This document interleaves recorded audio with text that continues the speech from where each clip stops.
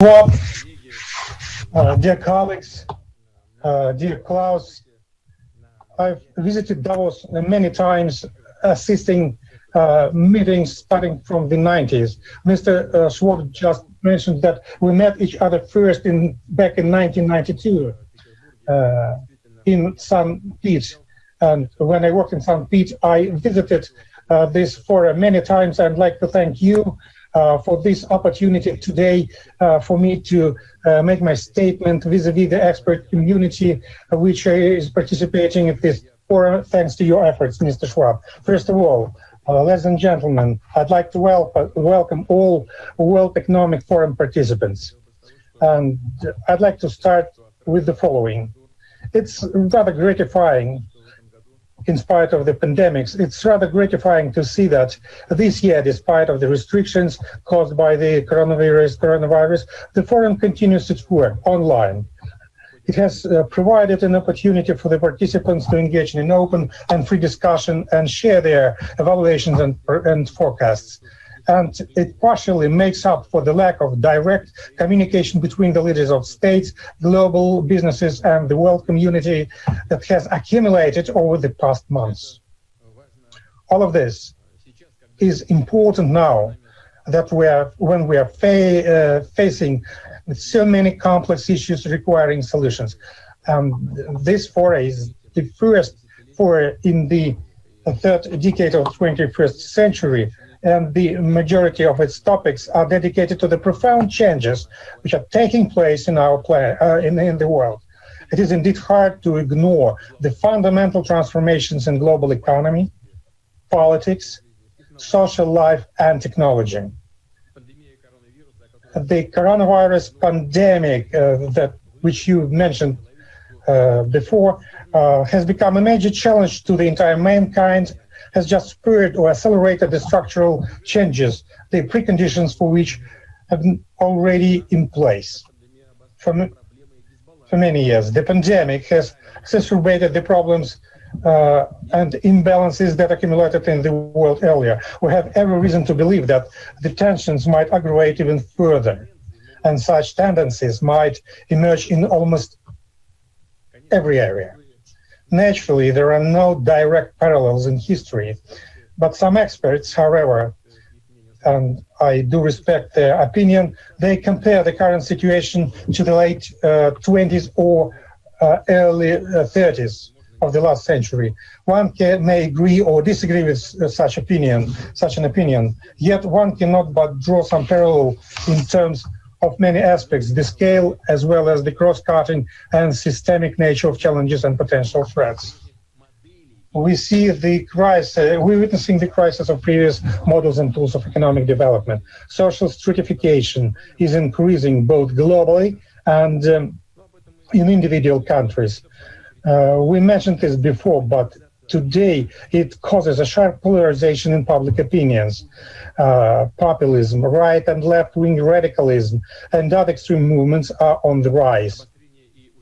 Domestic political processes, including in leading economies, are escalating and becoming more violent. All of this cannot but impact the nature of international relations, making them less stable and predictable. International institutions are weakening. Regional conflicts are multiplying. The global security system is degrading. And Klaus just mentioned my yesterday's phone talk with the US President, and we have agreed about the extending the START agreement. It's a correct step. But anyway, the contradictions are multiplying. And it is well known that in the 20th century, the failure and inability to essentially resolve such issues resulted in a catastrophic World War II. Of course, nowadays, such a heated conflict is not possible. I hope that it's not possible in principle, because it will mean the end of our civilization. But I would like to reiterate, however, that the situation might develop unpredictably and uncontrollably if we will sit on our hands doing nothing to avoid it. and there is a possibility that we may experience an actual collapse of global development that might result in a fight of all against all. The warring parties would attempt to tackle the escalated tensions by searching for internal and external enemies. The fight would mean the destruction of not only traditional values, and we cherish these values in Russia, such as family, but also fundamental freedoms, including the right of choice and privacy. I would like to note that social crisis and the crisis of values have already caused negative demographic consequences. As a result, the humankind risks losing the entire civilizations and cultures. Our common responsibility today is to avoid such a future that resembles a grim dystopia. We need to ensure development following a different path, one that is positive, balanced, and constructive. And in this regard, I would like to elaborate on the key challenges that, in my opinion, are facing the world community today. The first one of them is of the social and economic nature. Well, that's true. If we look at the statistics, despite the severe crises of 2008 and 2020, the past 40 years one can call extremely successful for the global economy. Starting from 1980, the global GDP at purchasing power parity in real terms per capita has doubled. And it's a positive sign. Globalization and domestic growth have resulted in a boost in developing countries. More than 1 billion people have been lifted out of poverty. For instance, if we take an income level of $5.5 US per person per day at purchasing power parity, according to the World Bank, the number of people with lower income in China has reduced from 1.1 billion in 1990 to less than 300 million in recent years, and it's a success for China. In Russia, this number has decreased from almost 64 million people in 1999 to about 5 million people as of now. And we think that we are moving in the right direction. And it's the most important area. But the main question, the answer to which gives much insight into the current problems, is what was the nature of this global growth? Who benefited most from it? Undoubtedly, as I've already said, developing countries gained much benefit from it, using the growing demand for their traditional and even new products. But however, this embedding in the global economy resulted not only in new jobs and export earnings for them, but also in social costs, including significant income gap of the population. And what is the situation in the developed countries, whose level of average well-being is much higher? Paradoxically, the problems of stratification here in developed countries have proven to be even more profound. According to the World Bank estimates, while there were 3.6 million people living on less than $5.5 US a day in the US in the year 2000, in 2016, this figure rose up to 5.6 million. During the same period, globalization resulted in a substantial increase in the profits of the large multinational companies, primarily American and European ones. And as to the people in European countries, developed European countries, the tendency is the same like in America. But again, who gets these revenues? Talking about companies, the answer is obvious. Those who represent 1% of the population. And what has happened with the other people? For the last 30 years, the income of more than half of the citizens of a number of developed countries in real terms has not increased, while the cost of education and health services has tripled. Well, has increased and has tripled actually.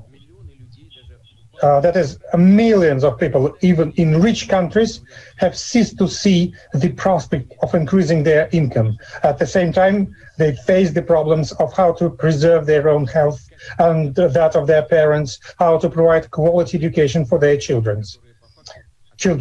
There is also a large proportion of people who, in fact, turn out to be non-demanded. Thus, according to the International Labour Organization estimates, in 2019, 21% of young people in the world, or 267 million, were neither studying nor working.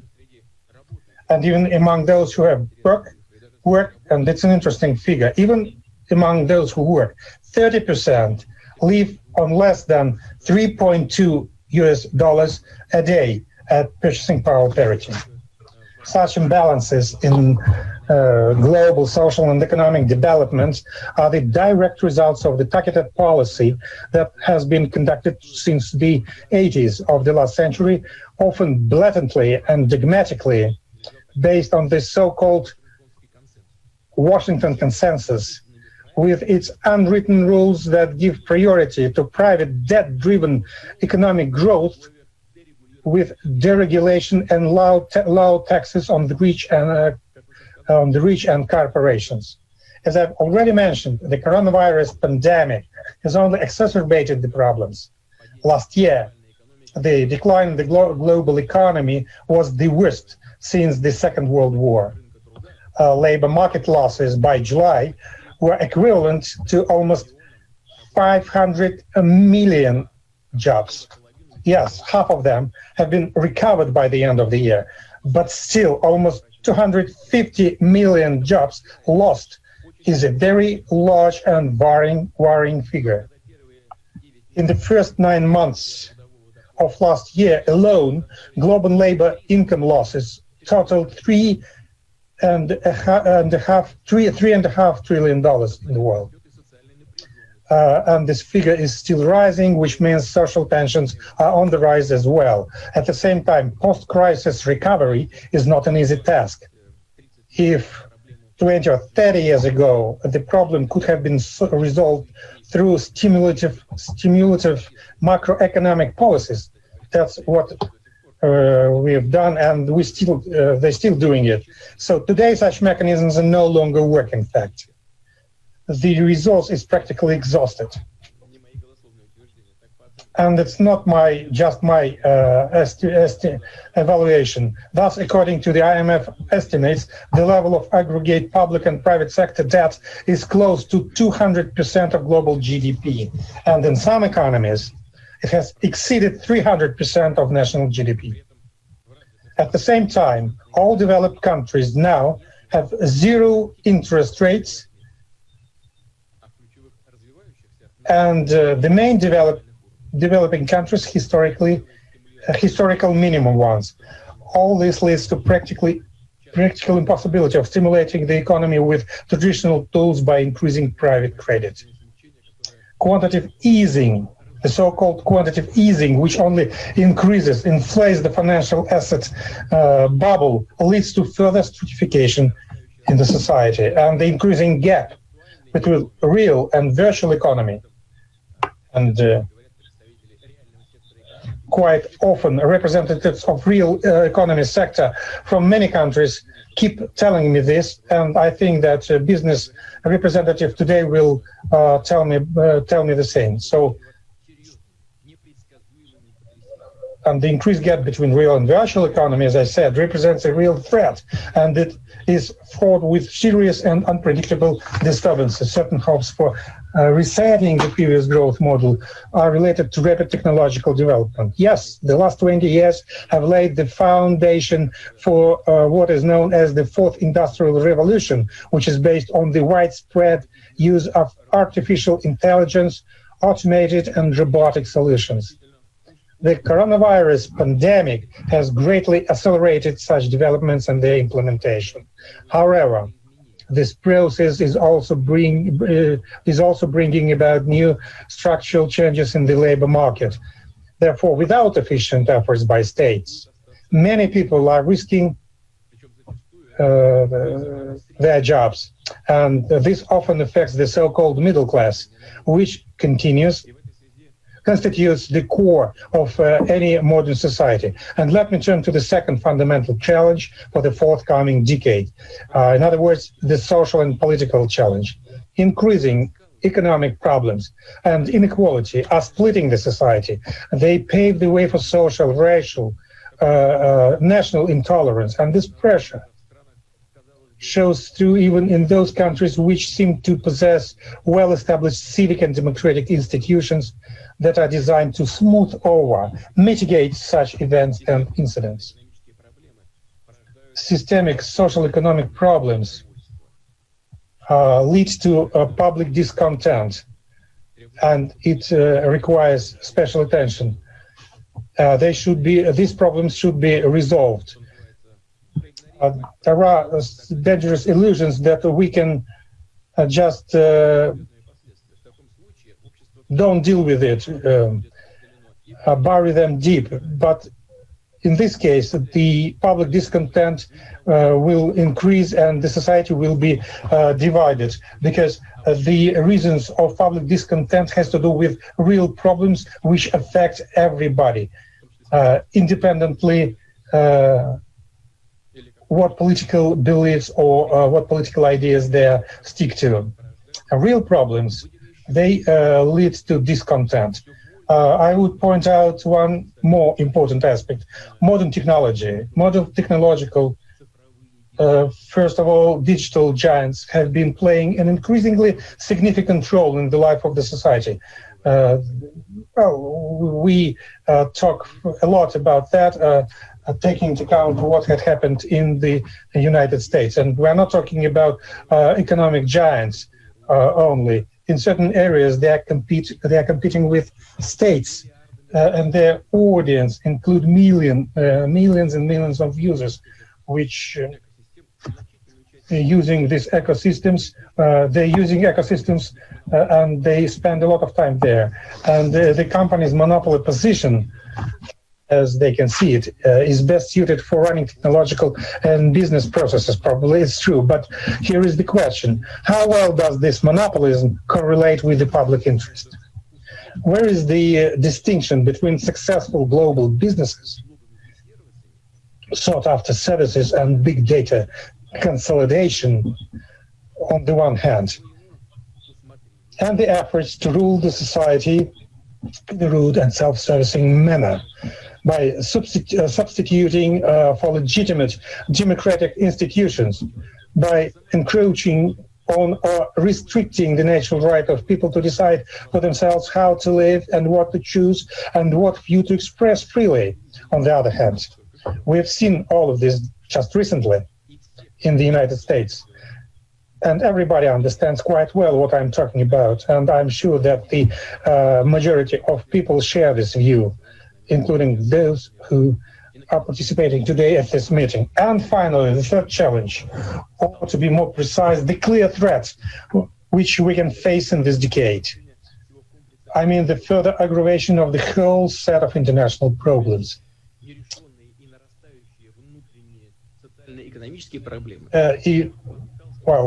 If states, especially major states, choose to search for internal enemies, they will inevitably need an external enemy, the one which they can blame for each and every failure, and the one to which they can redirect the temper and discontent of their own citizens. And we see it. We can see it already. We feel the tension in external policy. Therefore, risks grow. We may expect practical steps to become more aggressive. This might include further pressure on countries that do not agree to become docile, easy to control satellites. The use of trade barriers, illegitimate sanctions, restrictions in the financial, technological, and information spheres. Such a game without rules is dramatically increasing the risks of the unilateral use of military force, which is very dangerous. Under any pretexts, invented pretexts, as well as the odds of the emergence of new hotspots on our planet. That cannot but cause the preoccupation among us. Dear participants, despite this angle of differences and challenges, it is essential that we keep looking positively into the future and remain committed to the constructive agenda. It would be naive to offer some universal magic solutions for the set problems. But all of us should certainly work to develop common approaches, narrow down discrepancies as much as possible, identify sources of global tensions. I would like to reiterate my message. The fundamental reason behind the lack of sustainability in global development is, in many cases, the accumulated social and economic problems. That's why the key issue for us today is this: what logic should we follow in our actions so as not only to quickly restore global and national economies affected by the pandemic, but to ensure that such restoration is sustainable in the long term and has a quality structure, enabling it to help overcome the burden of social imbalances. It is clear that, given the above-mentioned limitations of the past macroeconomic policies, further development of the economy will be based to a great extent on fiscal stimulus, with state budgets and central banks playing the key role. In fact, we are already witnessing such tendencies in the developed countries as well as in certain developing countries. The increasing role of the government in the socio-economic sphere at the national level and obviously in matters on the global agenda requires greater responsibility and closer interstate cooperation. Various international fora have invariably been calling for inclusive growth, for creating conditions to ensure a decent life for everyone. It is absolutely clear, and that's correct, and it's absolutely clear that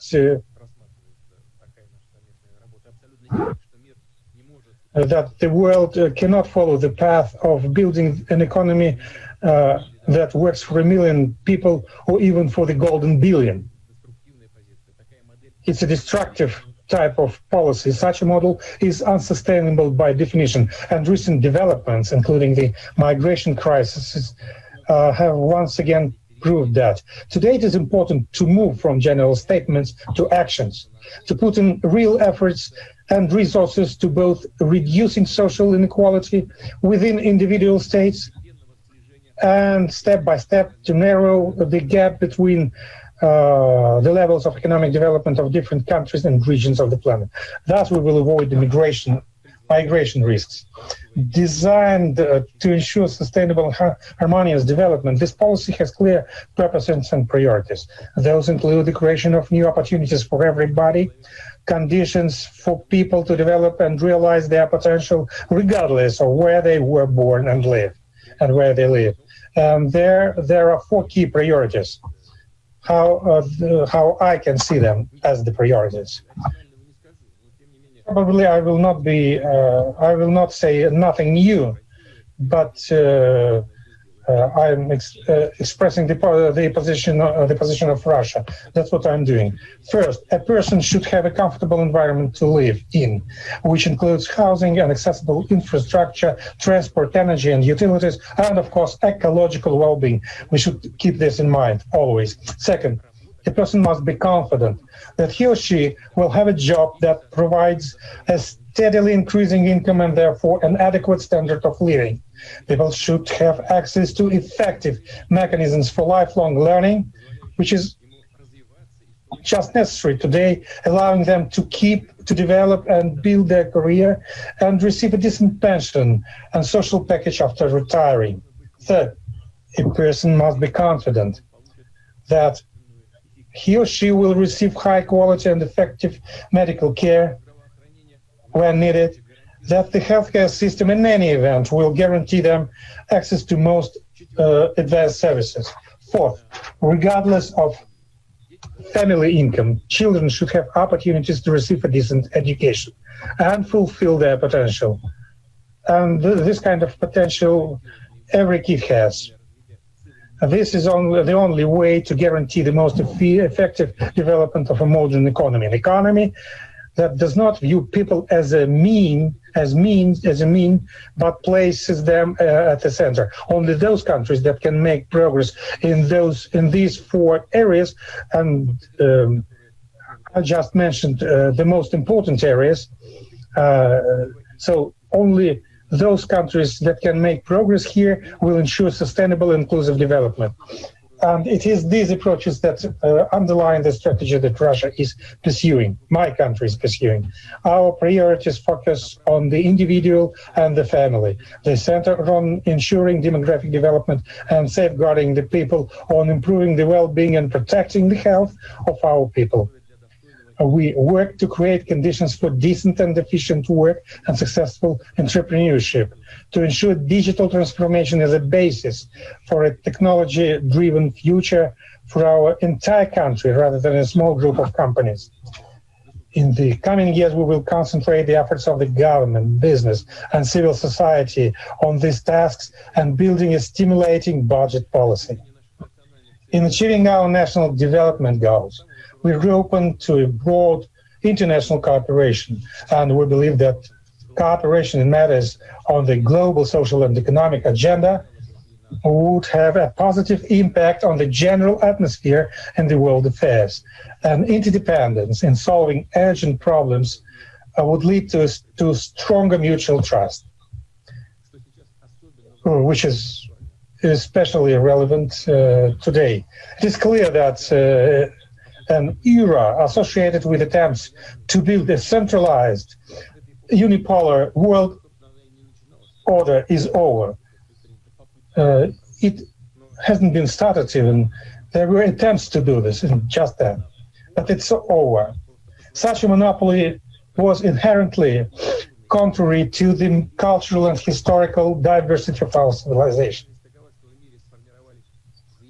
The reality is that there are truly different centers of development in the world with their own distinctive models, political systems, political models, social institutions. And today, it is extremely important to create mechanisms for coordinating their interests, so that the diversity, which is natural, and the natural competition between the poles of development does not turn into anarchy and multiple protracted conflicts. And for this we have to strengthen and develop the universal institutions which bear special responsibility for ensuring global stability and security, and elaboration of rules of conduct in the world economy and trade. I've mentioned many times that many universal institutions are facing hard times today, and at different summits I keep telling about that.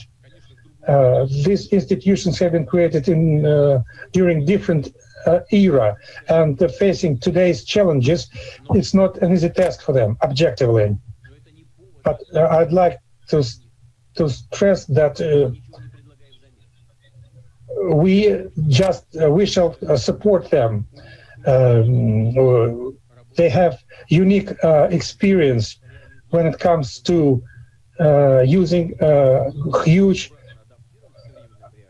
potential which has not been implemented. It should be adapted to the realities, but we should use it. We should not make history of them. We should use new forms of interaction when it comes to multilateralism. Certainly, it can also be understood in different ways.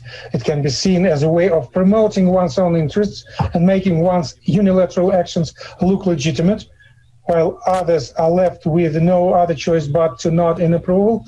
Or it can be an opportunity for sovereign states to actually join their efforts to deal with specific problems for the common good. In particular, this may involve the settlement of regional conflicts and creation of technological alliances, as well as many other areas, including the formation of cross-border transport and energy corridors, etc. Dear friends, ladies and gentlemen, you do understand that we have here vast opportunities for mutual work. Such multilateral approaches actually work, and the practical work shows that. Let me remind you that a lot has been done by Russia, Iran, and Turkey within the Astana format to stabilize the situation in Syria, and they are currently contributing to the establishment of a political dialogue in that country. We are doing this with other countries. We are doing it together, and Russia engaged in active mediation efforts to put an end to the armed conflict in the Nagorno-Karabakh region, a conflict between the nations that are our old friends and neighbors, Azerbaijan and Armenia. These efforts were guided by the key arrangements made by the OSCE Minsk Group, particularly by its co-chair, Russia, the US, and France. It's another good example of cooperation. As it is known, a trilateral statement was signed by Russia, Azerbaijan, and Armenia in November. More importantly, most of its provisions are constantly put into practice. This has helped to end the bloodshed, which is the most important thing. The ending of the bloodshed. We establish a complete ceasefire, and we start with the stabilization process. Right now, the task for the international community and, of course, those countries that have been involved in resolving the crisis is to provide assistance to the affected regions to help them overcome the humanitarian problems associated with the return of refugees, restoration of the destroyed infrastructure, and protection of historical, religious, and cultural monuments and their restoration. Also note another example. I would like to stress the role played by Russia, Saudi Arabia, and the United States in the stabilization of the world energy market. This format has provided an example of a productive interaction between countries with different and sometimes even opposite assessments of global processes with their own views of the world. At the same time, there are, of course, issues that affect all states without exception. A good example is the joint work to study and combat the COVID-19 infection. Recently, several types of this dangerous disease have emerged, as it is well known. And the world community needs to create an environment that enables scientists and specialists to work together in order to understand why and how the coronavirus mutations occur. What is the difference between its strains? And of course, there is a need for worldwide coordination of efforts, and the UN General Secretary calls upon it. We need to coordinate of efforts to distribute and facilitate the accessibility of the much-needed COVID-19 vaccines. Help should be provided to states that need it the most, including African states. Such help should involve the increase in the number of tests and vaccination. As we can see, mass vaccination is accessible mostly today for those who live in the developed countries. At the same time, there are hundreds of millions of people in our world who cannot even hope to get such protection. And in reality, such inequality could result in a common threat, because the pandemic, and it is well known, the pandemic will drag on and uncontrolled epicenters will remain. Infection and pandemics know no borders. That's why we need to learn the lessons from the current situation and to come up with measures to make the system for global monitoring of emergence of such diseases more effective. And another important area which requires the entire world community to coordinate efforts. It has to do with the preservation of climate and nature of our planet. Well, and it's nothing new here. Only together we can achieve progress in addressing such serious problems as the global warming, depletion of forest, loss of biodiversity, increasing waste volumes and marine plastic pollution, so on and so forth. Find an optimal balance between the interests of economic development and preservation of the environment for the current and future generations. Dear forum participants, Dear friends, we all know that competition, rivalry between the countries has never in the world's history stopped, and they will not stop. And differences, clashes of interests are all natural for such a complex organism as the today's of human civilization in general. However, at critical times, it was never an obstacle, but rather it prompted a concerted efforts in dealing with the most vital and truly life-changing situations. And I believe that now is exactly such a period. It is crucial to give an honest assessment of the situation, to focus on real global problems rather than perceived ones, on remedying the imbalances which are critical for the entire world community. And then I'm sure we will be able to achieve success, to give a solid response to the challenges of the third decade of the 21st century. I'd like to stop here, and I'd like to thank for your patience and for your attention.